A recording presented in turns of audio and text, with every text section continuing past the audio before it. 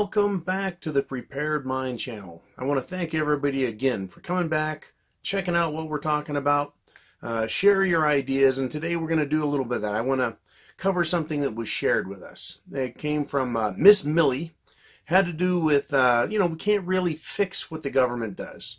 So I'm going to paraphrase kind of some of her ideas that she had, and it's something for us all to think about. Depends on where you're at in the country, where you're at as far as your 10-mile radius goes. But, we can't fix the government, but we can spare ourselves was kind of the gist. She talked about paying off our personal debt. We can't get the government to quit spending money, but maybe we can save some of our own. So pay off debt, that saves money. Buying used clothes, preps, equipment for shit hitting the fan. Do we necessarily have to buy them brand new? Or can we go to thrift stores, junk stores, antique stores, and look for canning equipment, cooking equipment, camping equipment? Stuff that can be used and has proven itself over time. That's how they end up making it and living, 25, 50, 100 years. In some cases, you'll find these items. And often you'll find them at a great discount. Right? You're going to save money. You save your own money. And that's basically what Shit It's the Fan is about, is saving your own skin. Right? Saving the skin, the lives of those you love, your neighborhood, preserving not only wealth, but wisdom, right? The ability to get by, right? And something that I noted when I was reading her letter was when shit hits the fan, it's not always going to be, and at least I hope not, it's not always going to be shit going down, shit going bad, people shooting each other like it's the wild, wild west. Right? I'm thinking that if you shop in these types of stores, thrift stores, out-of-the-way shops, some people have permanent garage sales. They have so much junk. Right? What you'll end up making at these places are barter connections. It's the first thing that leaped out at me, and that's why I enjoy your guys' comments, and I really value them and appreciate them. I don't always get to them. In fact, I hardly ever get to them, to be honest. But, when I do, I find valuable information. At least, I get to them, but I don't talk about them that much. Anyways, they do inspire me to think. They come up with things to talk about. So making barter connections. When shit hits the fan, hey, maybe someone in your neighborhood has got chicken eggs. Even in a city, somebody could have chickens and chicken eggs. You just don't know until it happens. So getting out in your community and then looking for these prepper items. Those things that you need that you can't find, maybe that you can't afford in one way, buying new, but you can afford buying used. It's just the way to do it. A close compatriot back on the East Coast, there in Jersey, has a recycling facility. Does large commercial recycling, shredding of metals and for export to China, but he also takes in a lot of material, separates it, and sells it in his stores. A guy is just absolutely brilliant, one of those hard-working people that figures out how to get it done. And thank you, Paul, for everything you've shared. So moving on, thank you, Miss Millie, and thank you to everybody who've left constructive comments, critical comments that help us all think our way through these problems. Right? There is evil in the world, and we can't do a whole lot about it, right? I mean, what are you going to do? Literally, if there's 1,000 evil people and they've got 100,000 evil minions underneath them, how can we possibly get to all of them before they, killed you? So we can't fix evil, we can't fix stupid, we can't fix Washington, but we can spare ourselves. So thank you, everyone. Now on to something more pressing. It is the morning of February 5th. Happy, happy morning. Today, President Donald J. Trump is supposed to finally give his State of the Union address. Ms. Nancy Pelosi, Speaker of the House, only elected by a very small percentage of the United States of America. There's 435 congresspeople, and she's only one of them. Right? That makes her less than 1/4% of the population that she's representing. And that would be assuming that she represents all of them there. Now, in her district, it just might be so. But in many districts, the representative only represents 51%. So they actually, in most cases, Congress people represent 1/8 of 1%. Right? And then they get to be elected to key positions in Congress where they can use their political power to thwart freedom, the Constitution, justice, and the rule of law. Isn't that unbelievable? Right? And typically, though, the more power these people throw around, it's because their constituents vote them in vast majorities. So they feel their seats are safe. That is, they won't lose the next election because it won't be contested. As a result, they can be as radical as they like. Right, Maxine Waters? Right, Chuck Schumer? Right, Nancy? That's right. That's how that shit works. If they're not going to lose their office, they can be the biggest dickhead they want. And that's what we've got. So Trump tonight, President Trump, he'll be addressing the United States of America in the State of the Union speech. Now, what is going to happen? We could see a number of things happen. I'm looking forward to it. I'll be paying attention. On an extreme end, and I'm not saying this is probable, I'm saying it's just a possibility. There could be an assassination attempt. The discussion about killing Trump and shooting him and his family and everything else has been off the hook from the time the man was elected. And especially since the time he was inaugurated. So he could be assassinated, or there could be an attempted assassination, right, to make a point. Now, if you think back to John F. Kennedy, he was killed publicly in front of God and the world, and they had Zapruder film it for them, and then they doctored that footage some more. Still, it was a public execution, and it was to let the president know that the powers that be are more powerful than he is. Well, Trump is a pretty wise man, and I'm sure he's heard of JFK, right? He's a pretty wise guy, but that doesn't mean it's not possible. I don't think it's probable, but again, that's on an extreme end. We more likely will see shenanigans coming from the Democrats. They may not show up, as in half the House will be empty. They may show up in some form of protest by wearing a uniform or hats, or who knows what they have in mind. More than likely, they're going to boo him. They're going to shout him down. They're going to argue with him while he gives the State of the Union speech. Now, hopefully, the Sergeant at Arms actually has a pair of testicles and will remove that person. But if the Democrats run the House, I'm sure they've appointed a testicularly challenged left-wing socialist, and it wouldn't do any good anyway, even if he did, right, have the authority to remove someone who's loud. Now, moving along, what else is very probable? What's probable? The Democrats grandstanding. Of course, they're going to sit on their hands and not clap. Yes, they may boo him and shout things out, but they're probably going to bring guests who do those very things. People that would make up a lie, because we've seen a lot of this. And they would make up a lie and, scream out that Trump raped them or assaulted them or stole their money or whatever. Right? The point is that the left is going to want to embarrass President Donald J. Trump. They do not want to accept that he is the executive in charge, that he's the commander-in-chief, that he is, the head honcho. I am actually shocked that they haven't gotten any further with impeachment yet. The reason is that they actually need a crime, a high crime or misdemeanor in which to impeach him, and there isn't one. That doesn't mean they couldn't hold hearings and make shit up and have a trial, a mock trial, with President Trump being tried in absentia. But they haven't done it. And it's not because they're intelligent. Maybe they haven't figured out that they can try him in absentia, right? As in, there's no real crime there, and just put on a big media show.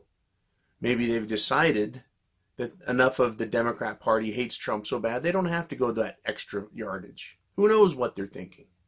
Except that I know they're going to want to embarrass the president.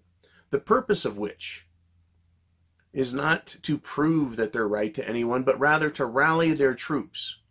That is, divide and conquer. On the street, it is growing on a daily basis.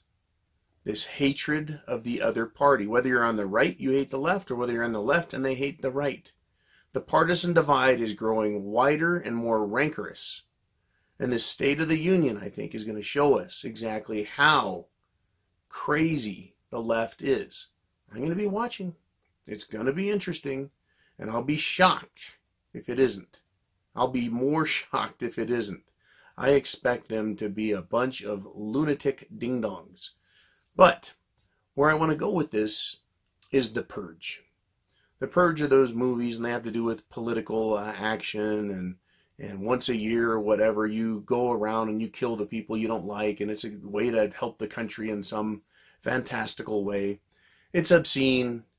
It's completely radical, right? This movie, The Purge. It makes no sense. It's illogical.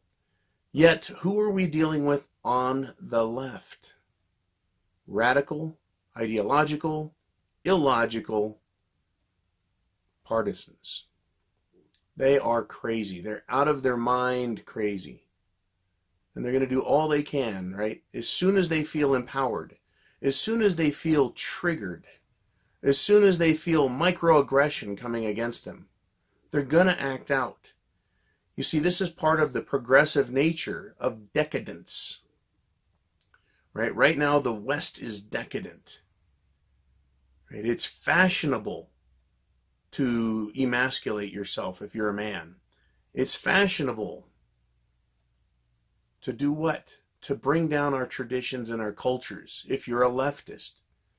Right? They're all about destruction and replacement with untried or tried and proven things, items, ideologies that fail. It's almost as if they want to destroy the system intentionally. And this purge would be a big part of it. To pick out of their neighborhoods or at their work people that they feel are worthy of being killed. Whether they get in trouble for it or not, right? Whether it happens or not. They could kill somebody, and if they go to jail, they feel that they've done such a good job, because all of us who believe in the Constitution, freedom, self-determination, and our rights, we deserve death, do we not? They think so. I just thought I was minding my own fucking business. That's what I thought. I thought I was just doing a good job, going to work, being productive, paying my taxes, being a good man, right? Participating in the community, helping with charity, working with social organizations to improve things for everybody, from small children to the elderly. That's what I thought I was doing. Turns out I'm some kind of Nazi for doing everything that they require in order to contain and retain their power. That is, be productive and pay taxes. And that makes the government all the more powerful. But this purge, once again, just like the movie, it's going to be illogical. It's going to be irrational. It's not going to be based on any fact. It's going to be based on feelings and ridiculous thoughts. Right? Some of the most harebrained thoughts you've ever heard have come from the left. One of them that I like to bring up so often is Hillary Clinton, when she was grilled about the people who were killed in Benghazi, Americans who were murdered in Benghazi. And she said, "What difference does it make now?" That's the whole point, you ridiculous bitch. But the left looks at that, and they see that as a satisfactory answer. It was such a good smart-ass retort that it alone should stand, right? She did a gotcha big mouth movement. And I really wish that the people that were serving in Washington were intelligent enough and had big enough balls to go after Hillary. Put me in a fucking chair with authority, right? And I would call her down, ask the right questions, and she would either perjure herself or admit to criminal behavior. And then what? Well, then you have her arrested. How fucking hard is that? Instead, there are no arrests. And Trump, right, tonight he's going to do the State of the Union. He's been threatening to do an emergency use of government power, executive government power, to build the wall and to do many things. And he still hasn't done that. So if he continues to bluff and, him and haw and blow hot air, then that's all it is. And that must be the extent of his real power. And I'm not saying he's not a good man. I'm not saying he's not trying. I'm not saying he hasn't done great things like getting rid of the Trans-Pacific Partnership, whatever the hell it was, all of these international treaties. If you remember when he was first elected, he put all that shit down. People were like, yeah, Trump, right? He believes in America. He's a nationalist. He got rid of the Paris Climate Accord, and that's right. Trump is a good nationalist. We shouldn't get screwed on these things. Right? He's trying to do what he can. So he's doing a good job, but there's a limit to his power. He is not a dictator, benevolent or otherwise, even though it seems that if we've got a shot at all, we would need a benevolent dictator, which would surely bring about civil war, and at the very least, a purge. And that is probably coming anyways. We're going to have over the next few months, and the signs are still coming in. It is stunning to see the reports coming from private and government sources about the economy. It's not good. Economy, politics, social, all of those things are decadent and weak, and they've divided the country. We are ripe for shit hitting the fan. Now, shit hitting the fan could happen tonight. It could happen next week. Some have made a bold prediction, and I guess I would say Jim Sinclair. If you go over to USA Watchdog, listen to that video, he'll talk about how he thinks June we're going to see a reset financially. If we have a financial reset, we're going to have shit following that, and we could see a lot of other types of reset. Right? So, let's follow Miss Millie's advice. Let's take a look, take a walk. Find some antique stores, find some junk stores, find some thrift stores, find some second-hand stores, and see if you can find some good preparatory items. You might find canning jars, lids, other equipment that you didn't even think you might need, that you had no idea were ever manufactured. It's possible. Not to mention simple items like boots, clothing, tent, other camping gear, right? Rope, chain, right? There's going to be a lot of items that once we get to shit it's the fan, you're going to go, I didn't think of that, right? That didn't occur to me, right? Other things you're going to need, and I'm going to push this, and I did a video on it long ago. Get sandbags. When shit hits the fan, that's kind of a war thing. Sandbags, you fill them with dirt, with sand, whatever you've got handy. And then you stack them up and you make artificial walls. They become actually bulletproof, with the exception of the most powerful, rifles out there. A sandbag bunker will protect you while you're sitting on post. Right? If someone chooses to engage your property or your group with deadly force in an attempt to murder you and your family, you're going to want to repel them. And having a sandbag cover, right, to hide behind. It's not much for concealment unless you put bushes in front of it, but you definitely can take cover from fire. Take cover from people firing at you, that is. Alrighty, you guys, here it comes. The stupid is on parade. Watch close. Watch very close, and let's listen to the words that are used and then see the reactions. This week, I think, has got some big surprises in store for us. Chance favors the prepared mind is yours. Thank you again for supporting us. Semper Fi, and Godspeed to everybody.